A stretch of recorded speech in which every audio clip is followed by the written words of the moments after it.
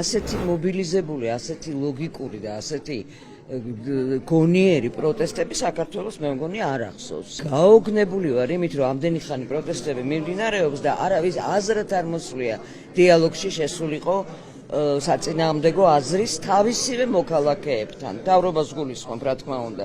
იმიტომ რომ მისი პასუხისმგებლობაა, რომ ქვეყანაში იყოს სიმშვიდე და დაარეგულიროს, დააბალანსოს მდგომარეობა. მე არ ვიცი, როგორ შეიძლება ასეთი პერმანენტული პროტესტების ფონზე ცინიკური განცხადებების კეთება მთავრობის მხრიდან. სახელმწიფო, რომელშიც პრემიერ-მინისტრი აცხადებს, რომ არ აქვს მნიშვნელობა პარლამენტში ოპოზიცია იქნება თუ არ იქნება, ეს არის კომიკური. აი ეს ძალმომრეობითი დამოკიდებულება აქციის მონაწილეების მისამართით რას ნიშნავს და რას ემსახურება? დაშინებას, რა თქმა უნდა, იმიტომ რომ რაც უფრო დაშინებული მოსახლეობა გყავს, მით უფრო იოლია დიქტატურის დამყარება. მიღწევადი გონიათ ეს დაშინების მიზანი? მე არ მგონია მიღწევად.